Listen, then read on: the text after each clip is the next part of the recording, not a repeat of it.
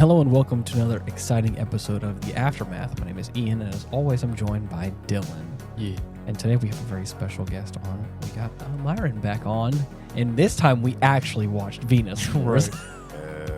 As a long-awaited. As opposed to the other time where I was too late and and we ran out of time to watch it. But the pact is sealed. Yes, we watched this classic anime film. Mm-hmm. Yes. What was everyone's thoughts on it? How do you feel? It came out in March 11th of 1989. Buddy, this is probably going to be right up there with Royal Air Force for me. What is Royal Space Force is what I meant to say. I don't think I know that one. I've shown you a clip of it before. It's one where they're trying to launch that rocket into space while there's a war going on around them. No way. Yeah, animation's impeccable. But this one is definitely cemented a spot for itself in my top 10. Do you know when Akira came out?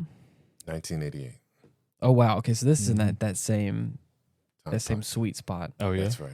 Because Akira definitely has like a certain feel and a look and a whole. I mean, it's a unique film in and of itself with how weird and strange it is. Mm-hmm. This one, a little less so on the mind-bending body horror vibe, right. But this was a fun film. Mm-hmm. It felt like a mixture between Metal Slug, Yes, Homeworld, and Homeworld. Gundam. Interesting.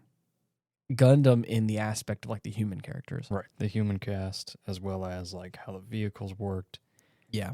Like you could compare the huge octopus tanks, what they call them, to like the regular battleships in Gundam and these little mono bikes equipped with super powerful rail guns as like mobile suits. Because the dichotomy between the two, you got overwhelming force and destruction against just a zippy little craft that is capable of destroying that thing, like with minimal effort. It's so cool. Right. So, what do you feel? I love the movie. I think it was quite amazing, to delve into the captivating world of the Venus Wars, the timeless anime that transcends the boundaries of mere entertainment. As they journey through the war-torn landscapes of Venus, we uncovered not just a tale of conflict, but a profound exploration of human resilience, friendship, and enduring spirit of hope. Mm-hmm. And, it was just an introspective voyage to dissect the layers of emotion and meaning embedded into that extraordinary anime. I loved it. Yeah. I didn't know you were going to write a whole paper. That was pretty radical. Oh, I'm sorry. You going to give me a thesis on what your feelings of the movie? I just had notes. I see how it is. This is a movie. And it says that it takes place in the year 2089 on the planet Venus, which I don't think is possible. Wait a minute. Because currently 2089? I thought it took place in 2003.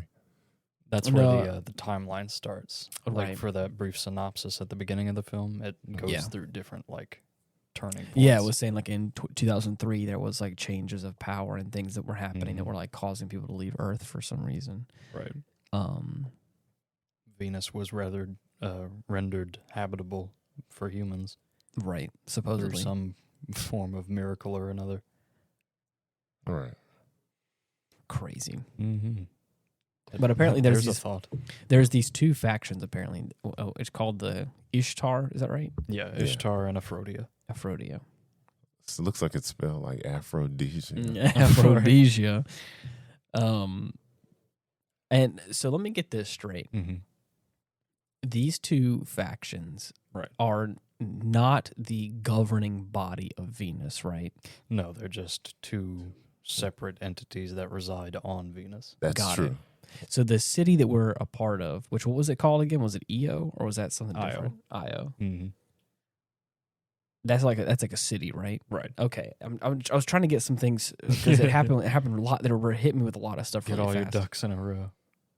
That's not owned by Either one of the two factions, right? It was in a Freudian city. Okay. Mm-hmm. Interesting. And then Ishtar invaded. Got it. And took it in a day. Yeah, well, with a sizable force. accompaniment of armored vehicles. Yeah. These and tanks. Huge airships. I'm telling you, the first time we saw one of those things, it was it was like something you might have seen in an old Ghibli film. I was just about to say, it feels like a Ghibli aircraft where it's like these like two-tiered, really huge winged, kind of monstrosity looking things. Massive and awe-inspiring. And it has that subtle detail in a lot of the stuff that Dylan and I have talked about this in a handful of animes in this time frame where like they do a really good job of packing a whole lot of detail in a small space to where it feels like there's a lot going on. And the same is in like the building design, the same is in the in those planes and stuff where like a lot of it, like you look at it technically, there's a lot of line work going on. There's a lot of busyness in Anytime the design. something explodes, you will see every little piece of debris. Bits and pieces, but it makes it feel real. It makes it feel mechanically like it actually could exist. And I've said this before about, was it, what was the one that I always reference? Bad labor? No. It's on the tip of my tongue. The ship that turns into a big robot. Macross. Yeah. Macross is one of those that has that same sort of vibe where there's like in a small space, small section, there's just so many things going on. Every little detail is and highlighted. It's so detailed, and there's so many like little things. And I feel like even Akira did the same sort of thing. Where, once you like crack open like the metal shielding of something, it just looks so chaotic and crazy, but it looks all the functional. inner workings. Yeah, super cool looking. And this film feels a little bit like that. Yeah. But I think the characters feel very much like a normal, like the design of them don't look. Like I feel like Akira has like a specific feel to how the characters look. Like they look different. They move different, I feel like, than some, the facial expressions and stuff are just feel a little strange. And it's an artistic approach. This feels like the characters feel pretty normal, but like everything around them, dude, those tanks they're beautiful. I mean, whenever we all, I think we're in agreement. The first time the tanks came out, we're like, yo, we didn't know. Metal Slug. We didn't know we were playing Metal Slug here. Right. Because they are so squatty and wide, and they very just have, stout.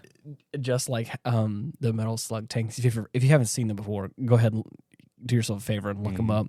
But they look like a little cartoony tank, but these felt more robust. Yeah, dimensionally with guns on it, and then I just feel like there's so many different orifices with gun spouts, so many different turrets. Right. They had one of those things set up in the wreckage of an old stadium that used to host battle bike games. I forgot about battle bikes. That was the top of the movie. Yeah. Yep. We start off establishing a little team that we follow that are apparently about to try and win either a qualifier or a championship. I can't remember which. But called the Killers. Yeah, the Killer Commandos. Love it. It's so funny. But before a winner is decided, the Ishtar invade the city and start wrecking shit left and right. And I mean, and it's like classic, like we're following a couple of different characters. There's like a few main characters in the storyline. In the process of following one of them, there's like this massive air raid siren. And of course, everyone has that look in their eye of like, oh shit, not now. Before, obviously, they start to attack. Yeah, everything is laid to waste. They start an occupation of the city. And our team is just trying to make their way and survive. Right. Day-to-day life becomes a struggle, just trying to walk through the city without something else blowing up or being destroyed. Did they say why they were specifically targeting the city? Like with that city? Was it to just like to hinder it? Okay, that's what I thought. Yeah. I figured that much, but I was just curious if there was some other ulterior motive I wasn't aware of. Yeah. I think it was very extremist how, You know, they didn't really care about civilian life no. for the fact that they were simply in a war. It didn't even matter, you know, but it was crazy how in that one part of the movie, they were telling all the civilians, stay in your homes. But when Hero and his colleagues and friends found that one apartment, they immediately found them, you know. Yeah. There was the logic behind it felt a little weak in that moment, or like I didn't fully understand. They were one of the many companions of Hero had his like a family apartment, for lack of a better term. Yeah. And of course, with evacuations and with things happening, they're like, Skip town. he skipped town. He's like, I just gonna go ahead and shack up here for a little while. I'm gonna squat here. And of course, the police show up and, I mean, aggressively evacuate them. And of course, chase Hero down and try to basically kill him. And it's like, damn, what is happening here? Ridiculous. Right, and through plot armor, he was able to escape the Relatively inescapable, unscathed, you know. until that very end. Right. He got shot in the leg. Well, he got grazed in the leg, I should say. Right. He's like, oh, my leg. Right. I like the aesthetics of 80s retro futurism in anime. You know, like that's something that I feel like the movie shared in common with Akira. Oh, definitely. You know, Akira taking place in 2019. Yeah. But just that 80s anime vision of what that would look like, you know. Yeah. Oh, yeah. And so I see a lot of cyberpunk influence in Akira, and a lot of like Fist of the North Star, Mad Max dystopian future in Venus Wars. I didn't even think about Mad Max. This right here, speaking of Mad Max, that whole vibe, there's a lot of these beautiful landscape shots of like the terrain of Venus, with also like the city of Io in the background before it gets, you know, turned to rubble. Right. And it just has that like, it has that classic dystopian future, like orange hue, that kind of coloration of like desert and, you know, landscape that just kind of has a certain kind of level of like feels a little like desolation. Right. But then whenever you actually get into the city, there's the color changes in a way to kind of perceive it being a little different. Right. And the whole more hospitable. And the whole city is made out of what looks like either this like off-white metal or stone or whatever.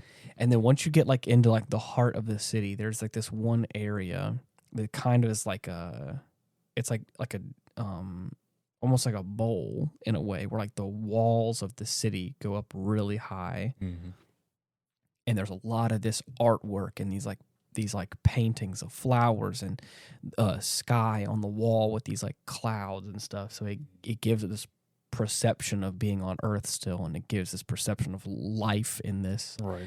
The most comfortable looking place. Right. The most human feeling aspect of this, like when you get these like shots of these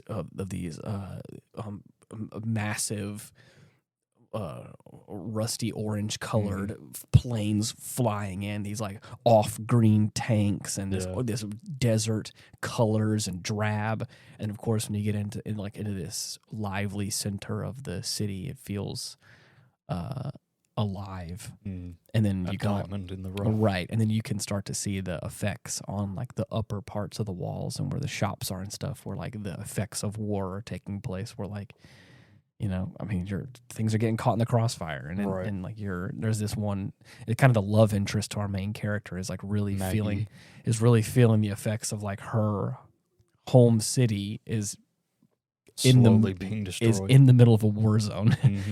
And it's like, you know, we could leave. And she's like, no, I don't want to leave. So it's crazy. It sucks. Yeah. I like the badass main protagonist, Hero. Yeah, dude. You know, he was very strong-headed and, you know, just a little smarmy here and there. Yeah, a very cool protagonist who was very capable, you know. And that's why I feel like a lot of people respected his ability when it came to either piloting the monobikes or piloting, you know, the crane, or any any of the weapons or Oh yeah, automobiles that were in the movie. He definitely has a very cool and collected vibe. Stoic, I think, is a good term. Right. He doesn't like to put on airs. Yeah. Calls it like it is. All of the great qualities that make a good hero. Right. Yeah. I mean, no pun intended. Yeah. He really grows into the name. Hero. What did y'all think of Susan Summers? The Was she the like photojournalist. The reporter. Oh, the reporter. Yeah. I thought she was the badass one. Right. Sue was a little rough around the edges whenever she was first introduced. Yeah. Like it's like, oh, I'm just here for the scoop. I don't care about anybody. Right. But she's able to stick around with the group for most of the film. Yeah. Until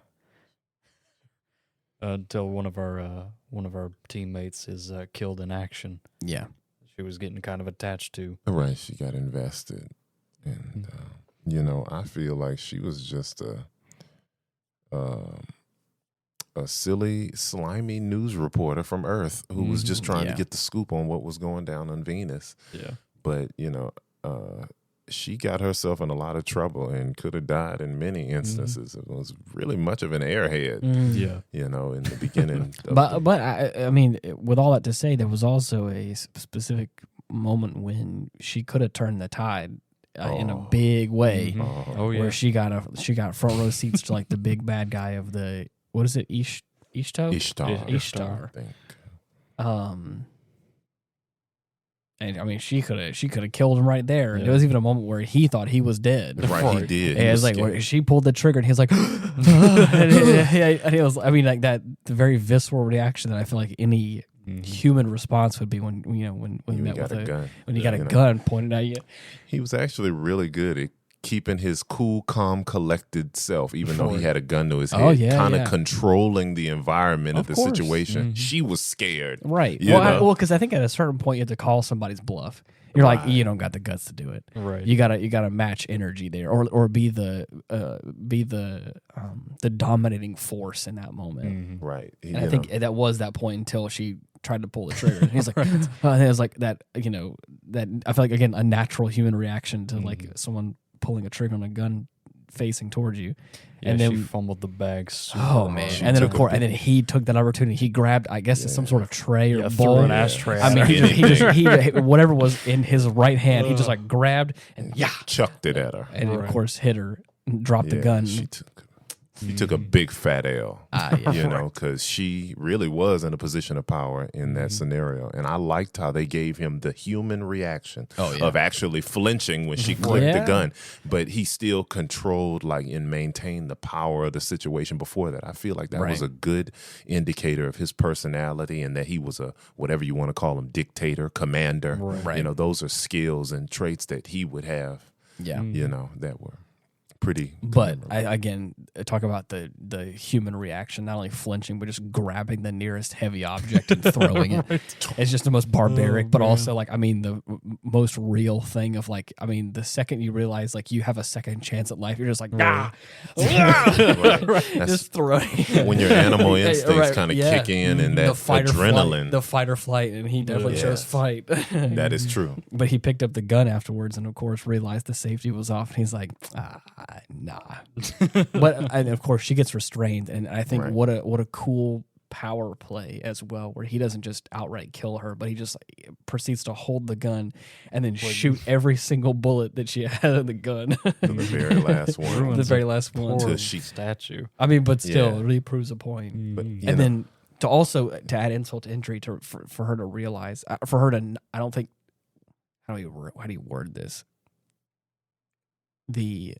The ignorance of the full situation, the full scope of what was going on. I don't think she even realized what would happen when the gun's unloaded and the chamber being locked backwards and that's what happens when a gun's unloaded. Yeah. So the gun's fully unloaded and she still has no idea what's happening. Right. And he just holds the gun over towards her and then of course clicks the gun and then she faints out of Right.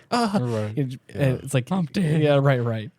So, anyways, I think it's that. It's a miracle. I think you just had. I think you had the whole deck stacked against you. It's Right. the fact that you even got that far is surprising. That shows her inexperience with guns. Like she's so naive, she didn't even know how to use a gun for real and have the safety off and stuff like that. I liked I wanted to touch on what you said about him, shooting up the entire like Statue of Liberty that was in his office and stuff like that. And it was such a power play how he emptied the clip on the gun, but she didn't know that and put it right to her dome and did the last click. Like, I got one left for you. Yeah. I mean, because I think from her mind, again, like I said, I don't think she was even aware. In there. Yeah, exactly. But that's what I'm saying. She doesn't know how those things work. If you would have even like paid attention, not only did he unload the gun, but like there are indicators of like of what it looks like to have a gun on empty, basically. Yeah, and you can still like whenever you click it again, it's gonna bring the chamber forward, or whatever the proper term is called. But anyways, I just thought it was interesting how it's like even she still was like in that moment like I don't understand. So close to death, and I mean, she's probably gonna faint anyways. But just the fact that there's a gun in her head is probably just enough for her to tip her over the edge. Yeah, she had some balls though. I mean, that's what I'm saying. Is like, I commend her for for standing up, but that's about it. Revenge. Right. Good on her. But other than that, I think the character was. I think it wasn't quite fleshed out like I think I would like. She obviously wasn't the main character, but because of the way the film sets up her character as kind of feeling like the secondary storyline, I feel like they did a pretty good job. But I feel like the relationship with the other, I forgot his name. Yeah, me too. It doesn't matter. I felt like their relationship was a little rushed, and like the emotion there. I even called his death, and I didn't mean to. Oh, Gary. Yeah. No. Gary. Wasn't Gary? No, are you talking about General Donor? No, I'm talking about the dude that Sue shacked up with. Oh, yeah. Got killed on the bike. Maybe it was Willie. Whenever it was Will. Yeah. Whenever he it just had that feeling that I think it has it in Gundam, it has it in other anime and just TV shows in general. The pre-death send-off. Yes, the pre-death send-off. It was like she had this whole emotional situation about wanting to go with him, and he's like, "You can't go with me. It's too dangerous. It's a war." Right. And she's like, "But I have to get my clips. I need my Instagram reels." Right. And he's like, "Fine, I'll strap the camera on my bike. Strap the camera on my bike, and you can do it that way." And there's just this lovely send-off. I'm like, "You guys are... You're dead, bro. You're definitely packaging this up awfully well." And of course, I think she's like, one of the last things she says is like, "Come back safe," or whatever. The moment. And then I opened my mouth. Second you came up with that idea, you're fucking dead. Yeah. I opened my mouth and I was like, "He's not coming back though." And then he was never seen again. And that's what I said. It's like, and he's never seen again. And lo and behold, he gets killed off in battle. And I was like, maybe that's why I didn't have an emotional reaction, because I think I called it too early. But I mean, is what it is. He died trying to get her drone shots. And Yeah. This wasn't meant to be. But yeah.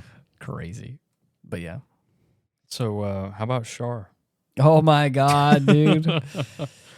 He had I think it was the Shar character. He had a laugh. Like a right. Like a laugh that it the trademark. Oh. Yeah, but the laugh specifically reminds me of the same laugh that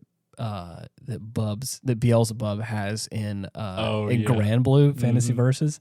He has this like very very boisterous. Yes, and it felt the same way. But yeah, he was referencing that because there was he was a commander of the Aphrodia. Is that right? The Aphrodite. So there's this character who looks an awful lot like another Gundam character. Right. And is played by a voice actor that also has played in Gundam before. Right. Who has voiced Shar before. So, of course, one of the most prolific characters in the series. One of the best characters in the whole damn series. And he plays the same type of character in this movie. Oh, yeah. the snarky, suave commander type. Of course.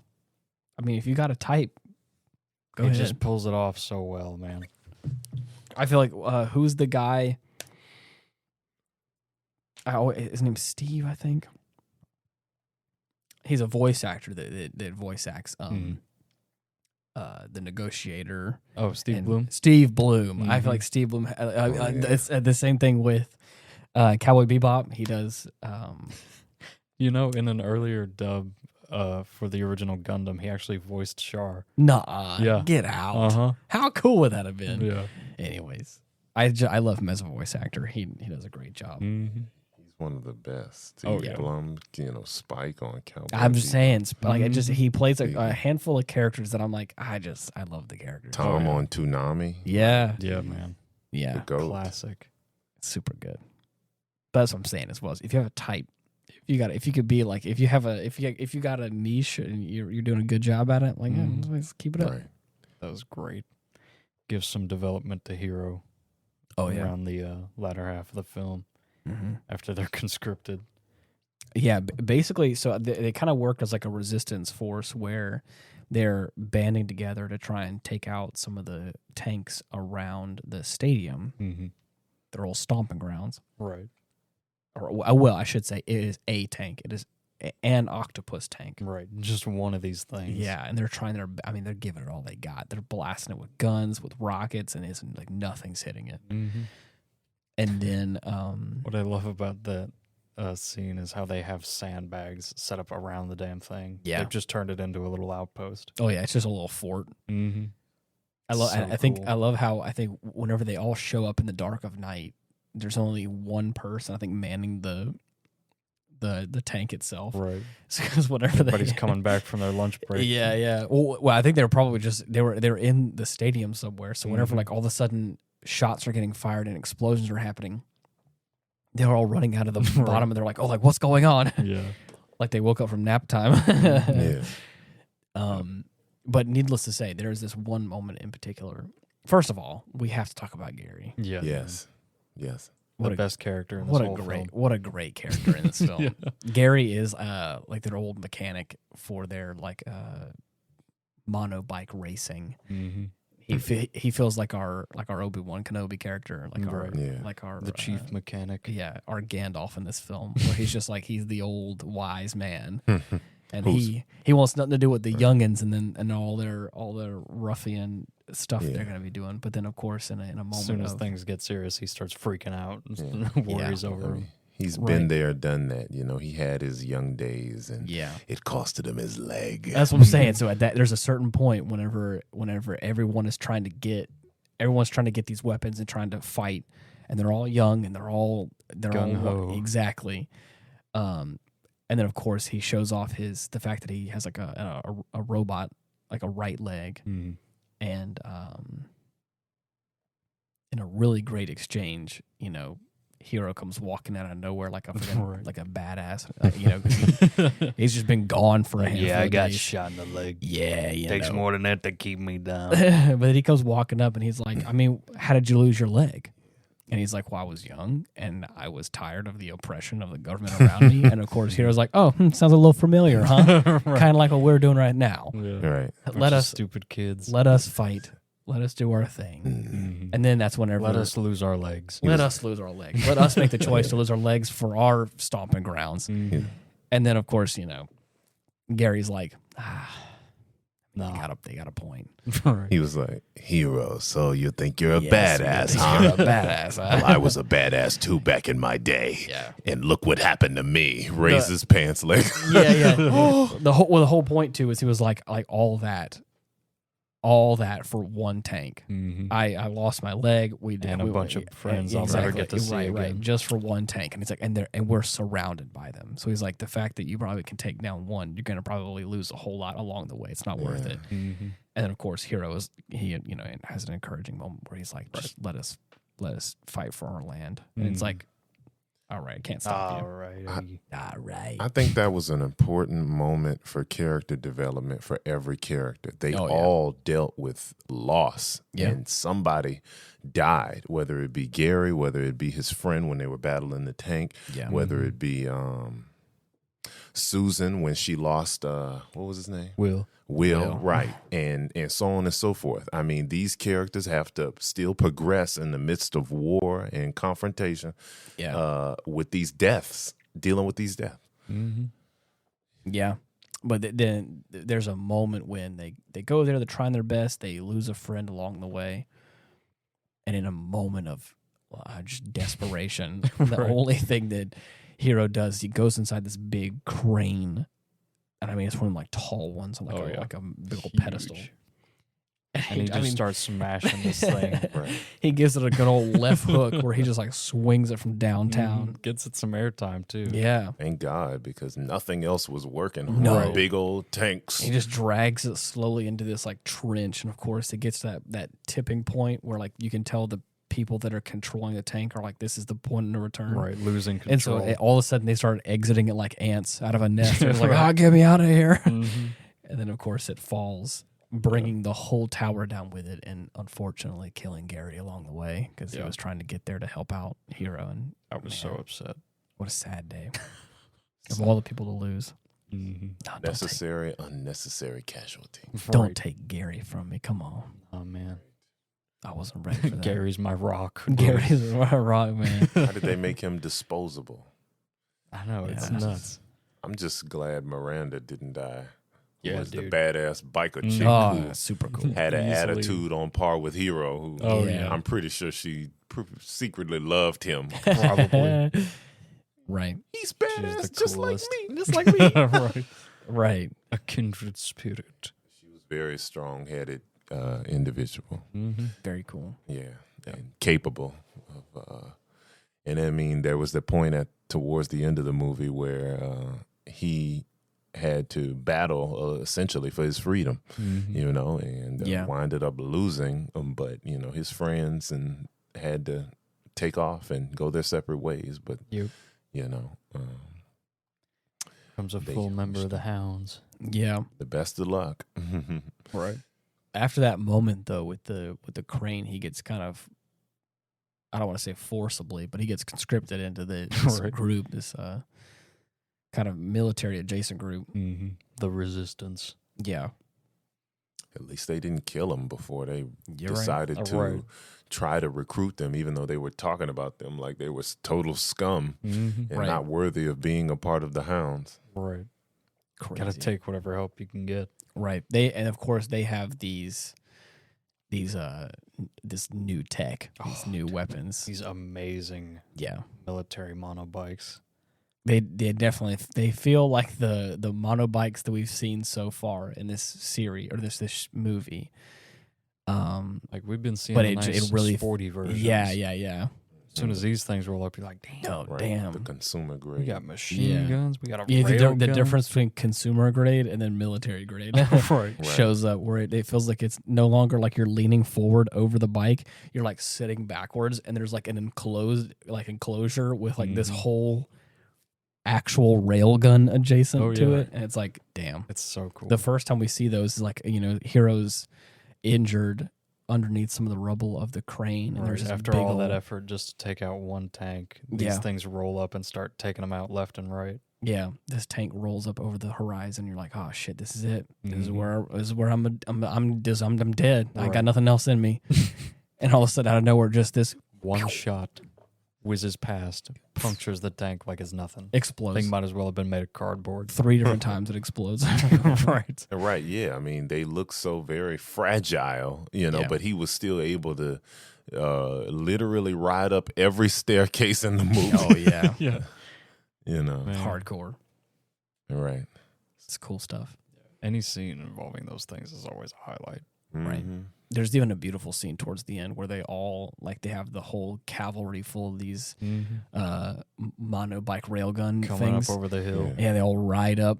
It's like, oh, it's super cool. You can have my monobike, but be sure to take off my rail gun. Yeah, I want that. I pay good money for that upgrade. That final confrontation with the general and his octopus was super crazy. Cool. So what was that big? Was that big road that goes straight up? Was that to get out of atmosphere? Yeah, it was like for ships, space shuttle status. Look like the Halo from Halo to me. Right, yeah. A small quadrant. Right, a small part of. I think my favorite bit about that thing was that there were buildings built onto the side of it. Yes. Probably the other side as well. Thought that looked super cool. Right. But yeah, man, they they really nailed it.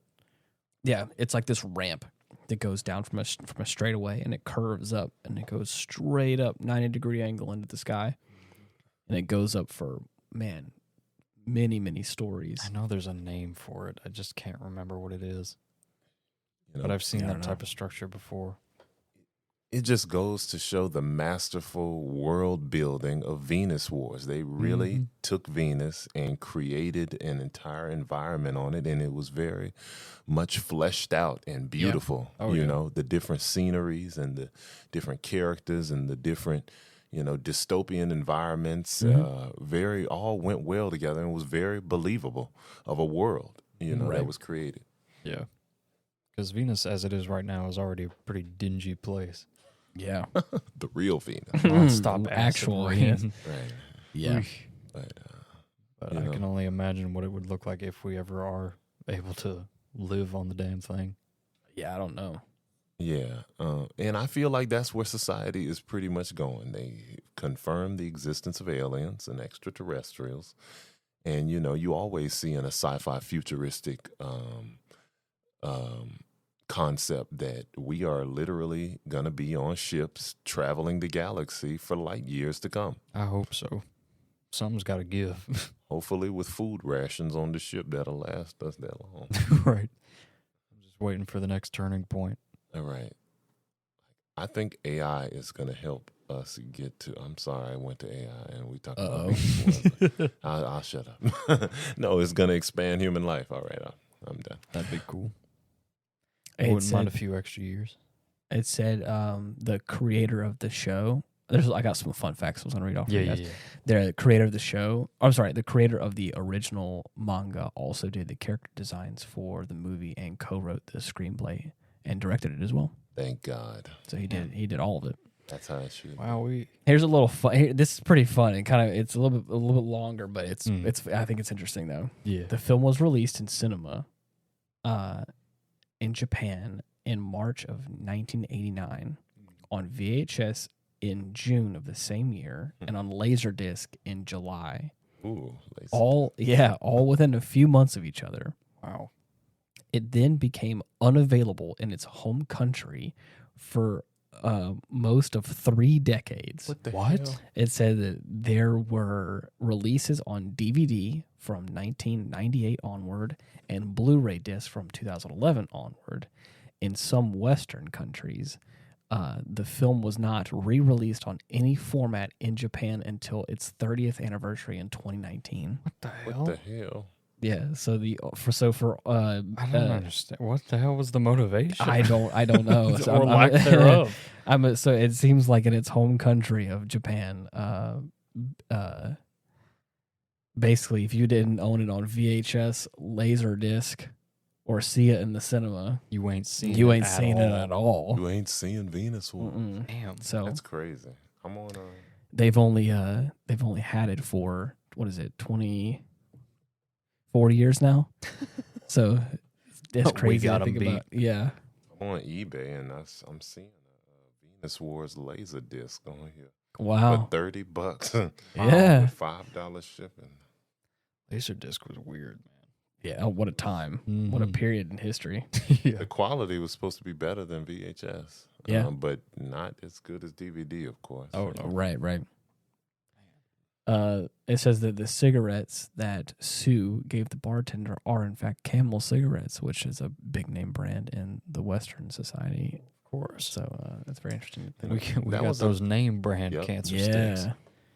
That was another point of the movie. It was, of course, I love in any anime movie where they make a fake reference to a popular real life company like Yeah. Like a botched bootleg Sony. version. Yeah. Sony was Pony and Cine. Yeah. It wasn't CNN, it was BNN. And Oh, yeah. DNN. Or DNN, yeah. It was both. Oh, both? Okay. Mhm. I love it. Yeah. Right. Let's see. The funny thing is, like, even like a Japanese company like Honda, it wasn't Honda, it was Bonda. It's good. Good copyright yeah, protection, yeah. but people get the picture. Like, Oh, they yeah. know, Close enough. they know what that is. Right. Yeah. It says that Joe Hisaishi last score for an animated feature not provided by, last score for an animated feature not produced by Studio Ghibli for 30 years. He would return with Children of the Sea in 2019 and then Ni no Kuni in 2019. Both premiered at the same year. So apparently the guy who scored the music, Yeah, Joe Hisaishi. yeah, interesting. He did this movie? Supposedly. Wow. Wow. Excellent soundtrack. I'm going to have to listen back to it. Yeah. Probably just was the lack of Ghibli-esque visuals. Oh, but probably so. I didn't even Right. recognize it. Kind of older before Ghibli's heyday of animation. Yeah. That's cool. It says, as of this time, this was the last film shot entirely in the 8 perforated VistaVision format. So, just kind of a fun little aside there. VistaVision. Yeah. I think it's a certain type of like film Yeah. that they have to use or whatever. So, That's interesting. cool. Fun stuff. Mm-hmm. Yeah. But yeah, This one's A-list for me, Yeah. I gotta say. it's a fun visual. Mm-hmm. Yeah. I think it's going to warrant for me a second watch to really get the whole grasp on the story a little bit better. For me, I now that I know, I think the bare bones of what the story is, kind of going back in and seeing the nuance of the things that I possibly missed a little bit. Maybe an English dub, no? Maybe, do they have one? We'll give it a shot. That was an option. Interesting. Hopefully it's good, Yeah. you know? Yeah. We know how those can be. If it's Well, bad, you know. it'll at least be funny. I mean, yeah. Exactly. That's There the you good go. part about it, you know? But yeah. Was there a favorite part you guys had in the movie? That's a so good question. Yeah. I think I really did enjoy the whole sequence in the stadium, Oh, yeah. including like the whole crane scene and stuff. That was a really great moment. Oh, definitely. Very impactful. I might say it was the chase scene for me. Yeah. They did do a lot of crazy After stuff. the apartment. There's some great chase scenes That in the whole movie. sequence. Actually, this is my favorite part. My favorite part is when Hero goes to his girlfriend Maggie's house. Yeah. And he is shot when he comes. Okay, let me talk about that for a second. Yes, you're right. That's a great scene because there's also a moment whenever her father comes home and she has to hide him in like the laundry room or something. Right. And I think that is it feels like a departure from like the seriousness of the movie. Right. It's a little bit more of like a moment where he has like a chance to be with his love interest. It's a little bit more, it feels more normal to be a couple of teenagers trying to like hide out from your parents after, you shouldn't really be there. Right. Especially not alone in the house with her. Yeah. Right. So it's like that, like that's a very, in this world of like kind of alien feelings of these like big machines and war and all this stuff, it's kind of like maybe we don't really mesh with that so much. It's like the anxiety and the tension of like, oh no, my dad can't find out about my boyfriend being here. It's like a very real feeling. So that kind of feels like it has a bit of like a break from the I don't want to say depression, but like the kind of the negative outlook on like the fact that we're in the middle of a war and we're all trying to evacuate or stay safe. But I think that they do a great job of like transitioning us right back in and also giving Hero a motivation to fight. Yeah. Because whenever he's stuck in the laundry room, the dad starts like complaining about how like, oh, you're gonna go hang out with those Good for nothing punks. Exactly. Thugs. Yeah, the thugs down at the Delinquents. stadium. You're gonna do all the bike. He's like, I don't want you to hang out with those people anymore, and like it's kind of being an overbearing dad figure Right. in this film. But it also like has some very mean things to say about them that I don't think he knows those people, especially Hero, and how that's not like, yes, he may be kind of a, bit of a rough around the edges. Maybe very stoic and very to the point. And he also, he's a little loose cannon, doing his mono bike racing and stuff, and it's crazy. So I mean, like, I can understand that, but like, I think deep down, like, he's a good guy and a good character, and I think whenever he's hearing that like other people or like the common people may look at him as a thug and not as someone that's going to like help out, that not only does that help us get right back into the action of the movie and like what's going to propel us forward, but I think it also gives it helps flush out his character in the future for like, now we know what his decisions are, or at least a little bit better, because it's like, I mean, it could be as selfish as, I got to prove myself good enough for my girlfriend's dad, or also that like, left a bad taste in my mouth. Right. I gotta not be that guy. Right. I want to be the guy that people look at and go, he's the one who's going to help us keep our home safe. Guy. Yeah. Right. And not, anyway. So I feel like that showed Hero's determination as a character, his strong-headedness, because, and you described it perfectly about how it kind of gives us an easy, calm moment to just see two teenagers be, teenagers and boyfriend and girlfriend, and then it kind of thrusts us right back into the narrative of we are in a war. Yep. Because, as Hero is listening to Maggie's dad, just gush about how he doesn't care about any of her friends or any of the people on the planet of Venus. We're leaving in a week. It shows the classism that Hero cannot stand. You know, you have a silver spoon in your mouth, and people out here in the war, and I'm one of those people your dad is talking about. Right. So it was easy for him to just the way the dad just is so aggressive about it. Like he hits the table at a certain point just out of like all this anger and frustration about it, and his daughter is not. I don't think is doing anything to cause that kind of emotion to come out. You know what I mean? Where she's, I think if anything, she may push back and go like, I mean, they're not that bad. And of course, he's just like, I mean, he's getting angry. He's standing. He's like, they're awful. To hell with them. Exactly. And it's like, damn, like you gotta just cool it. And so to be that person in the room, quote unquote, or in the laundry room, on the wall. Exactly, literally the fly on the wall. Hearing that, it's like it's got to mean something. Stings a bit. It's got to hit. To hell with those bastards. I don't care for any of them, and I don't want you hanging out with them either. Those rapscallions. I love you. Right. But Daddy. Oh no. Yeah, man. that's He's crazy. my little boo. He's gonna be dead. He's a and piece we're of gonna shit. leave. Yeah. Be out of here. What about that random character with the tattoos, the blonde-haired guy who was like really hitting on all of the other? They I feel like he came out of nowhere. What was his name? And then he just get killed off at some point. Not the guy with the sunglasses. I think. No, he was like he came across as like really flirty with all the soldiers. I'm pretty sure he survived. I could have sworn Well, actually, no. because He was chilling. Yeah, he was chilling out in the hangar while the final battle was going on. Yeah.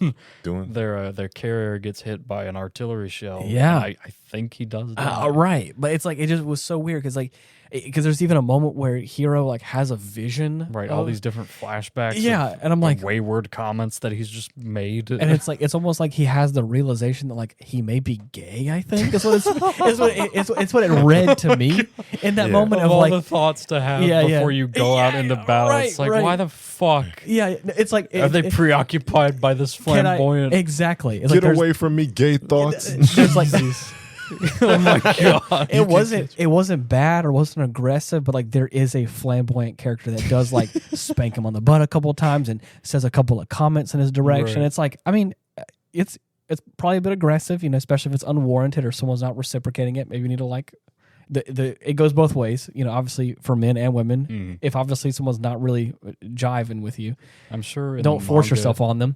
But what I'm saying, I think is funny is that his character kind of comes out of nowhere and is a bit aggressive, and it's like, I mean, hey, that's some people come across as a bit, at the very least friendly. Exactly. Some come across as like that, and that's fine. But it gets to a point where it doesn't really. You're right. In the manga, it may read differently. He's probably better established as a character in the manga, right? If I had to guess. For here, it feels like a little bit of a side character, and then like we were talking about a second ago, there's this pivotal moment where before battle happens, he starts like reminiscing on these thoughts about it, and he like has this realization, and it just for me it read like all of a sudden Hiro was like kind of unaware, kind of ignorant to what was really going on, and all of a sudden was having this moment of, I think he may be gay, is what it felt like. Oh my God. Or it's like all of a sudden he's putting the puzzle pieces together before he goes off to battle of like, holy was shit. he hitting on me? Right. That's what it feels like. Oh my and it's God. like, all right, yeah. I mean, that's Probably, dude. that probably is what it is. And then that's all all it Holy is. shit, that's so funny. He then moves on from that, and we don't ever touch on it again. And he's like, yep, he just had that realization, and we were all there for it as a viewing party, going, yeah, damn, all right, cool. I'm glad that you're finding out about this now. Funny. I'm glad that it took you that long to pick up on his hints, because they were pretty aggressive. Right. Maybe he was just thinking about it like he didn't know what was going on when it happened, and then Right, he thought right, back right. on like, Just oh going my- through his It'd be one mind. thing if it was like a subtle hint. There's been moments where I'm like, is she flirting with me? I don't know.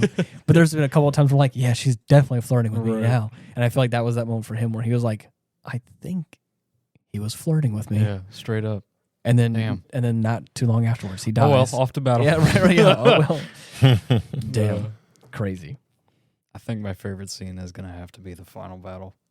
I mean, of course. Mhm. I know Yeah. you. If I know anything about Dylan, it's always a big final battle. An Of epic. course. Dum, dum, dum. Yeah. Yeah. But besides Gary, did anybody else have a favorite character they really enjoyed? I mean, I'm gonna have to go with Char. I think he's a really Yeah. good character.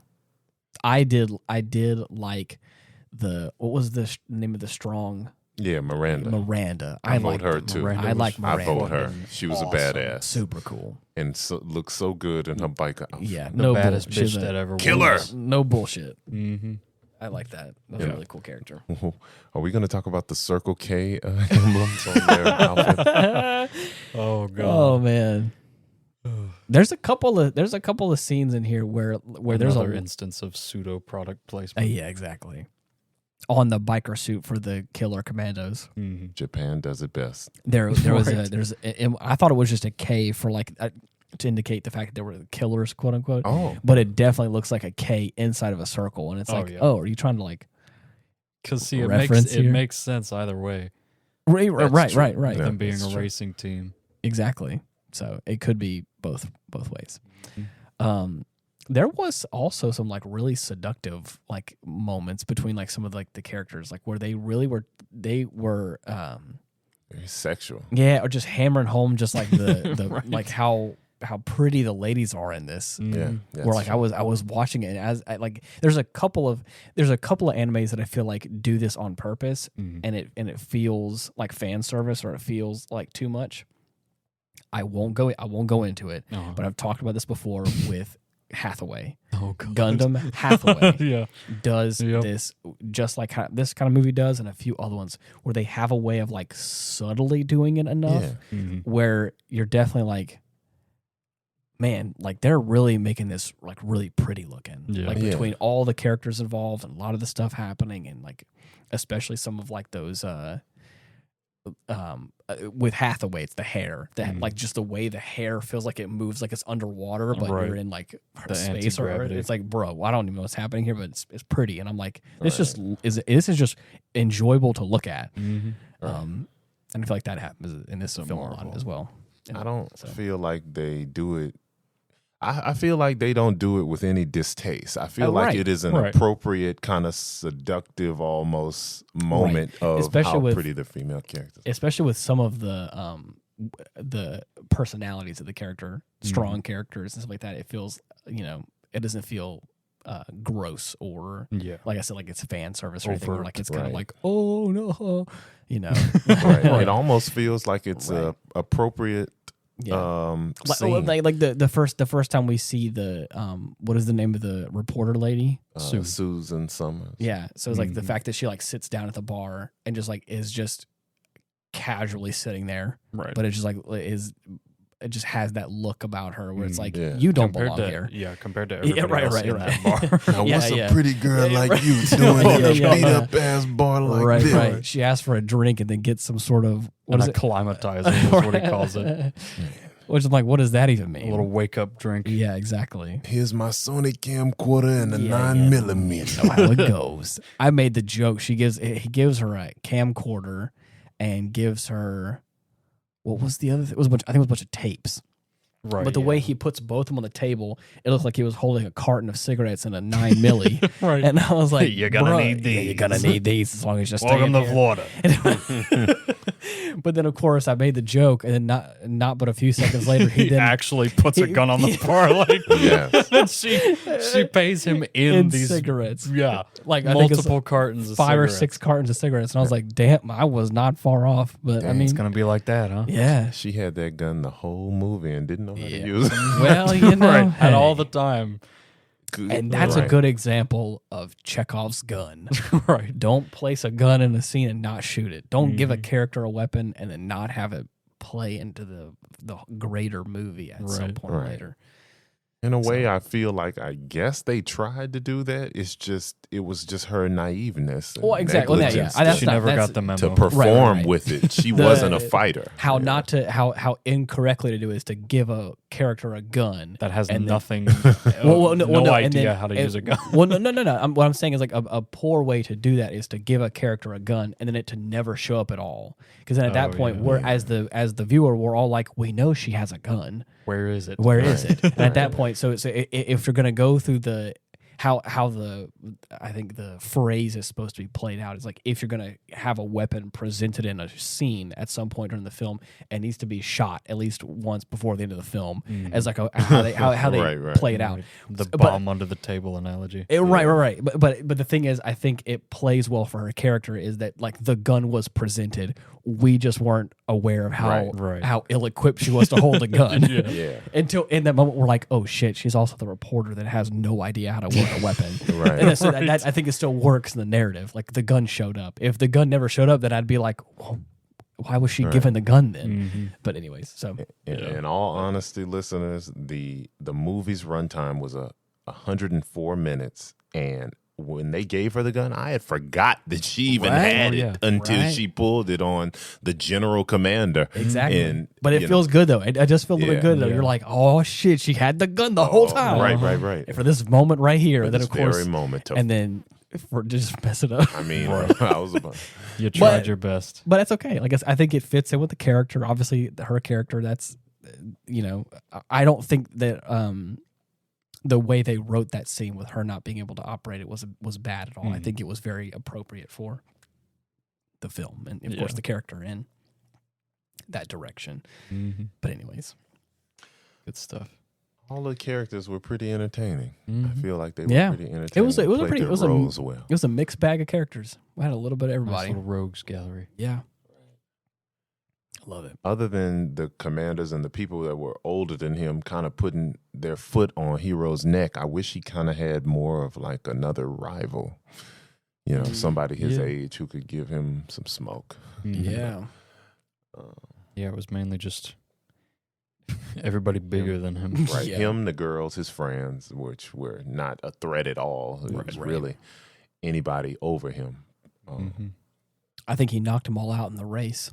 Oh, that's yeah, true. definitely. Now that fight scene Yeah. after when they raided the abandoned apartment, you know, Hero knew how to fight, and he was getting some good hits in. They Oh, were yeah. beating him senseless though as soon as he Right. got out of the door, and before he even fell on the ground, they had already grabbed him by his collar and Yeah, raised him for some more action. Oh, yeah. Damn. The action was good. The fluidity of the fight scenes. Yeah, dude. I mean, it's a Yeah. masterpiece. It's really nice. So glad we're finally able to watch it. Yeah, it feels good to be able to actually do like a real episode of this show with you, Myron. Yes. I will say I really enjoyed our actual like first episode Oh, with yeah. you where we were Yes. able to talk about and just shoot the shit for a while. Yeah. That always feels good. I think we had one a few weeks back where we just kind of sat down and talked about the games we're playing recently and just kind of had a chance to relax for a second, and that's what this show does for me a lot. a lot of times is just sit down and just talk about the things I enjoy. I look forward to it every week. It's so much fun. Absolutely. I think it's awesome. So it warms my heart. I didn't even get to hear the original episode we did. And Really? I'd love to hear. we got Spotify, Apple Podcast, all the big ones. And actually, I guess we're actually wrapping up towards the end of end of the show. Yeah. You can type in the Aftermath on all the major podcasting platforms and should be able to find us that way. We also have a link tree /Ian Wolf where you can look at all the links that we got there. But yeah, we're on, like I said, we're on all the major ones. So type in the Aftermath. I'll show you the logo so you can see it. But I also heard that if you were to open the inside of a tank, specifically an octopus tank, and you like rummage around in the glove compartment, the podcast is in there too. Yeah. Just be on a little SD card. Yeah, a little SD card. Or if you go in, if you actually are able to at all find a way to get to Venus, it's everywhere around. You got to win the battle bike championship. I didn't know they paywalled it like that. Oh yeah, I thought you had to with go the trophy, bro. Sounds tough. I mean, love it. Okay, kind of risky. Have you heard of any new ways, Dylan? Or similar? I mean, that was about the only one I thought of. Cool. Well, anyways, until next week. Thank you so much for listening. See ya. Peace out. Bye-bye.